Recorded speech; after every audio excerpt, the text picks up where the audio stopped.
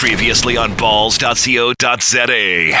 SoccerBallz on balls, and on the line we have Brendan from Top Odds, and of course, Top Odds is our betting feature brought to you by Top Odds Compare on Twitter. And if you wanna check them out on their website, it's tokodds.com, and you can check out all the betting features. Brendan, how's it?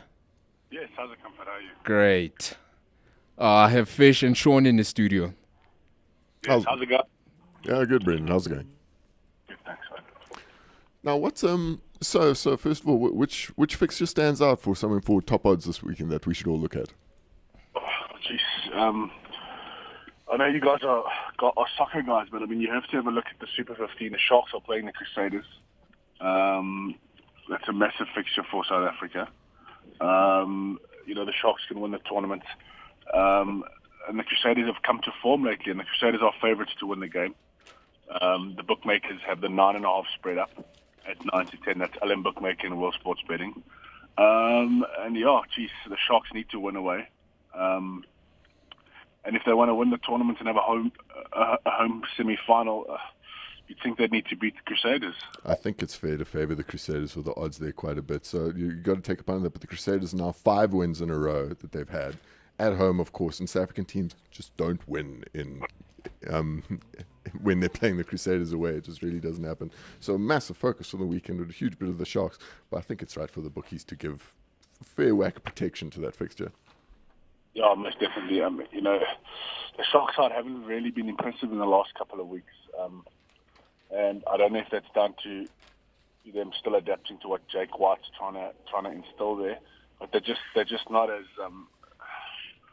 good as we all thought they'd be. And the Crusaders, a side that went to 14-1 with the bookmakers to win the tournament after the third week. I think they lost their first 2 in a row. Are now 4-1 and nearly favourite to win the tournament. So, it's going to be very, very interesting on Saturday. They're an awful team for the bookies, hey, Crusaders. They must be because you keep fancying them. You look at them and you go, 7-time champions are always going to be a factor. You want to rank them highly, but they always start so disastrously. So you have this awful start and you got to fluctuate them. 14-1, you said at one point. That is massive if you had a punt on them now, because I got to say, they're my favorites to win the whole conference, which means that you got to be in contention to win the whole thing. That's an amazing switch. Well, if you had put 100 rand on them after the week, you would have collected 1,400 rand. And now if you put 100 rand on them, you will collect 400 rand. So you can see the difference in opinion that's happened there. And just out of the blue, they started playing rugby again. And when they're at their best, they're hard to beat. And the Sharks are going to have it tough this weekend. Brendan, that's Mark Fisher. Obviously, you'll be very surprised. I actually know a lot about rugby, or I think I do. But exactly that. I think Crusaders always had a slow start and always go on to 7-time champions to dominate. What sort of odds would I get on Stormers beating the Force? Because I'm a big Stormers fan. Oh, geez, the Western the Western Force have been a surprise package this whole season, and they're really up there to win the Australian Conference, and nobody ever thought, at the beginning of the season that they'd have a run to be in a playoff, and they do. They've got good players. C.S. Everson, the ex-Cheetahs player, is there. He's having a phenomenal season. The Stormers, you'd be a brave man to put money on the Stormers the way they've been performing lately. I don't know if their coach has got it all right. I don't know if he's staying after this season. I think he might be on his way out. I'm not too sure. But I'm just having a problem with my connection here, guys, to open the actual fixture. If you guys can just give me the odds on that side. I'm not too sure why I can't open it. Hey, look, let me try and find it while we're at it. If you just go to Top Odds and Rugby, all the games are there. And you can just let us know the Stormers price. At the moment, my laptop is just frozen. Here we go. Apologies for that. So, geez, Mark, you're a brave man to back the Stormers. I know that. Especially the way that the Western Force have been playing. But, who knows? Punters play with their hearts some of the time. And sorry, man, just a quick one. Obviously, I'm not sure how the betting goes. I'm really not a betting man. But sort of odds where Arsenal against Hull City, could you bet on the first person to score a goal? Yes, you can. Top Odds won't show you those markets. Okay. But the bookmakers' website, that's Allen Bookmaker, World Sports Betting, Betting World, they do offer a range of exotics on every fixture. You can bet if there's a red card in the game. You can bet first goal scorer. So there's a range of exotics that all our bookmakers offer. And what are your odds for the Pirates Wits game tomorrow, or Wits Pirates? As I said to you, I can't get on at the moment. Oh, okay. But We it's check it all out. available on Top Odds. It is all available on Top Odds in front of you guys. I see. I got the. I just put up the rugby one on Top Odds, and you got. You offered the Stormers at 6-10 against the Force. So I think that sounds fair to me. The Stormers seem unpredictable, but I do think they've gone up a gear since Gert Smal joined their coaching team. I think everyone has just been pushing it in front of their new boss. I think Stormers at home, it's a bit. It's almost underrated. But again, I mean, the Force is just a horrible surprise package for you bookies. Looking for the local guy for the Nedbank Cup. Oh, I can't. I mean, you'd have to think. The Stormers at home should win. But what I'm saying to you is that this Western Force side is not the pushover that it used to be. They can beat anybody on their day, and it's going to be very, very interesting. Brandon, I was just checking Real Madrid, the UEFA Champions League, and Real Madrid and Atletico. Correct. I'll let you. I'll give you the odds just now. Who do you back to win that? It's Real Madrid, Atletico Madrid. Yeah, 5-2 for Atletico, and 47-20 for a draw. How does that work? If the game ends 1-1 or 0-0, is that regarded as a draw, even though it's going to go to penalties? That's correct. If both sides are level after 90 minutes, whether it be 0-0, 1-1, 2-2, the punter will then win on betting the draw in 90 minutes. I don't think this game's going to be a draw. I think that Atletico Madrid will be a little bit out of their depth in this final. I think that the speculation around Diego Costa leaving to Chelsea, I don't know if that will affect him. I don't know if it can affect the player. Maybe Mark can shed some light on that.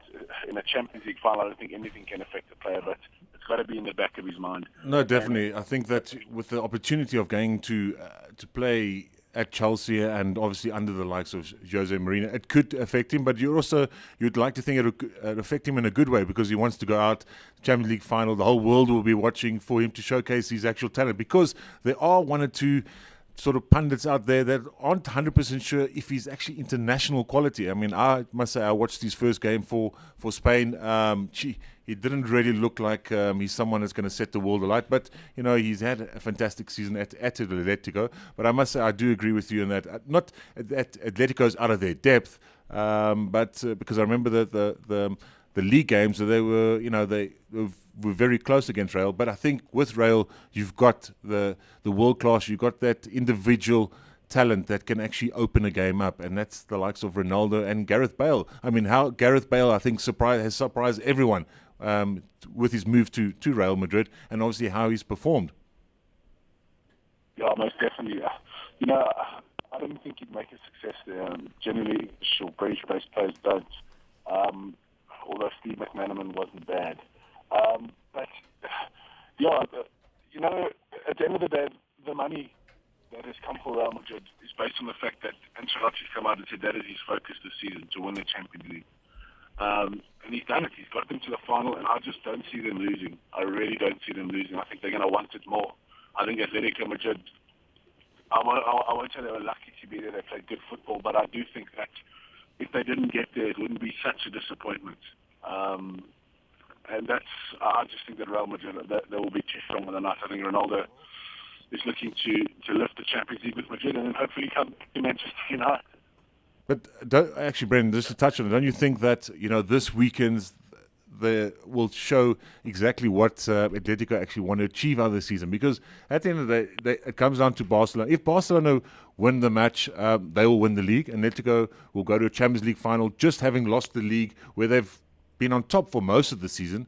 That could be obviously a massive disappointment. But if they go on and get a point, they win the league, then they go into a Champions League final where they've won the league, they've got actually nothing to lose. They surpass probably all their ambitions for the season. It could be a lot more open game going to the Champions League final if they end up winning the Spanish La Liga this weekend.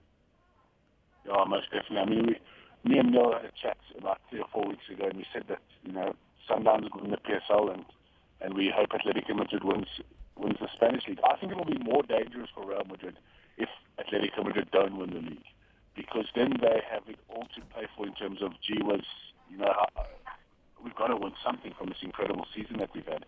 So it might be a little bit tougher for Real Madrid if Atletico Madrid don't win the title. If they do win the title, to come down that euphoria from that level of euphoria and then concentrate again a week later to win a Champions League final might just be a little bit difficult. Not many sides, of Atletico Madrid stature can do that. And Joe, it's going to be a cracker of a game, that's for sure. I think there'll be a lot of goals, and I actually hope Atletico Madrid go ahead and then Real Madrid come from behind to win it, just for the drama. For the neutrals, yeah, definitely. Yeah, I think it's just been so long of Barcelona Real, where you just turn on La Liga and it seems like someone, either Real's beating someone 4-0, Barcelona's beating someone 5-0. To have the season of Atletico break through, I think so many neutrals have just got themselves on Team Atletico, so to speak, and it'll be very interesting to see if they can pull through. One thing about them is when you look at it, is that Atletico have players. There's far less big game experience in that squad, which happens with the coaching staff as well. Of course, Diego Simeone hasn't been a coach with he hasn't had such a massive CV as Carlo Ancelotti has. So you think the calmness that happens through Real in preparation for a big game, because there's players that have been used to it, probably players that expected at the beginning of the season that they're going to be in games like this, whereas Atletico might have taken themselves by a surprise a little bit. Yeah, and that's once again that can work either way for the players and for the team, because at the end of the day, if you strive to play in a Champions League final and you're obviously showcasing your talent, and that's where you want to be playing, that can either work where you don't nerve up and actually end up scoring an own goal or making a mistake that cost your team a game. But I think if you look at Atletico, how they've played during the Champions League and obviously the semi-final, their performance, everyone probably thought that the special one would have gone through to the final, because I think that drawing 0-0 at Atletico and going to Stamford Bridge, you would have thought that Chelsea would have got the better, but they didn't. And I think Atletico surprised everyone there. But once again, I actually personally do think that if they go on to win the La Liga the weekend, then I personally think it's an easier job for Real, because they've won something there. I actually mean it's a harder job for Real, because then they've won something. They've got nothing else to lose, to play for. They've surpassed all their expectations. Let's go out and play a Champions League final and see what happens. And then that's sometimes when the teams are at their most dangerous, when they've got nothing to lose, because they can go out and players perform, surpass their own expectations of playing on the football field. So, but once again, we have to touch on, it's fantastic, as you said, Sean, that Atletico have broken into that mold, whereas Real, Barca, they've got up there. And Diego Simeone, we can't say enough about him. So let's see. May the best team win, and let's see what happens on the weekend. Yeah, most definitely. I mean, you have a look at Barcelona this season, Mark, and you say to yourself, if they don't win the title this season, I mean, they've got a ban on them. I think it's for the next two seasons. They can't transfer any players. Their squad is aging. This might be the last chance for them to win a La Liga in a while. No, definitely. And obviously, the squad is aging, as you said. And by all sounds of it, there's an unhappy Fabregas at Barcelona. I think a lot of fingers have been pointed to him through one or two bad performances that Barcelona's had. They've blamed him for those performances. So you don't want where you're not able to buy players, bring them in, to be able to have players that are unhappy at a team like Barcelona, because it can be infectious and could lead to them being not being successful for the next couple of seasons. But once again, never write off Barcelona, because those aging players are the same players that have brought so much success to Barcelona and so much success to Spanish football. Balls.co.za